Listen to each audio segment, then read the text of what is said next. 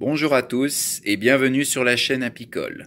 Dans cette vidéo, nous partons à la découverte du second traitement que les apiculteurs administrent généralement aux abeilles durant la période hivernale.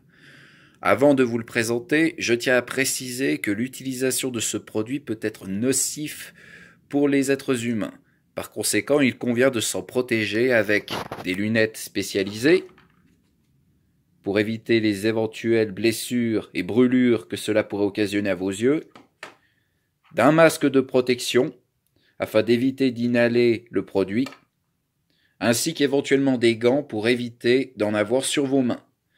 Encore une fois, n'hésitez pas à contacter les associations d'apiculture près de chez vous pour avoir des conseils et pour être prévenu des éventuels dangers que vous encourez à l'utilisation de ce produit. À bon entendeur, nous allons pouvoir maintenant entrer dans le vif du sujet. Le traitement dont nous allons parler aujourd'hui est le traitement à l'acide oxalique. Comme je l'ai dit précédemment, il est généralement administré durant la période hivernale, entre décembre et janvier. L'acide oxalique se présente très souvent sous la forme de poudre, dans un bocal comme celui-ci. Je ne montrerai pas la marque à l'écran pour éviter les droits d'auteur, désolé. Et sera ensuite chauffé à l'aide d'un chalumeau pour être ensuite diffusé à l'intérieur des ruches. Voici comment l'on procède généralement. Pour pouvoir diffuser les vapeurs de l'acide oxalique, vous allez avoir besoin d'un petit tuyau, comme celui-ci, avec un bouchon que vous pourrez enlever et ensuite verser à l'aide d'une petite mesurette fournie avec l'acide oxalique à l'intérieur de ce même tuyau. Une fois celui-ci fait, vous devez impérativement chauffer l'acide oxalique afin que des vapeurs puissent se dégager à l'extrémité. Pour cela, vous aurez besoin d'un chalumeau, comme celui-ci.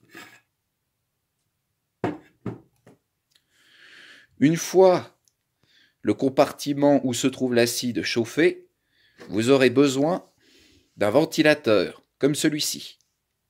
C'est assez simple à utiliser, vous n'avez qu'à l'enclencher et le réenclencher pour pouvoir l'éteindre. Le bouton est assez simple à utiliser et ce genre de ventilateur se trouve assez bien dans de nombreux commerces.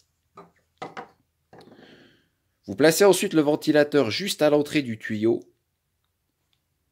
puis l'extrémité de ce même tuyau à l'intérieur des ruches, à l'entrée pour être exact, juste devant les grilles. Si vous voulez plus de précision sur l'endroit où vous devez mettre le bout, je vous invite à nouveau à regarder la vidéo sur la présentation des ruches. Un lien sera présent dans la description. Encore une fois, faites très attention lorsque vous utilisez ce produit car il peut être nocif pour vous. Inoffensif en théorie pour les abeilles, mais pour l'être humain, rien n'est moins sûr.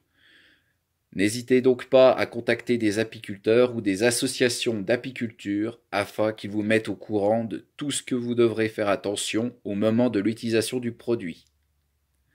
Sur ce, je vous souhaite une très bonne fin de journée.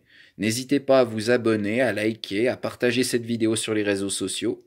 Et moi je vous dis à très bientôt pour de nouvelles aventures apicoles.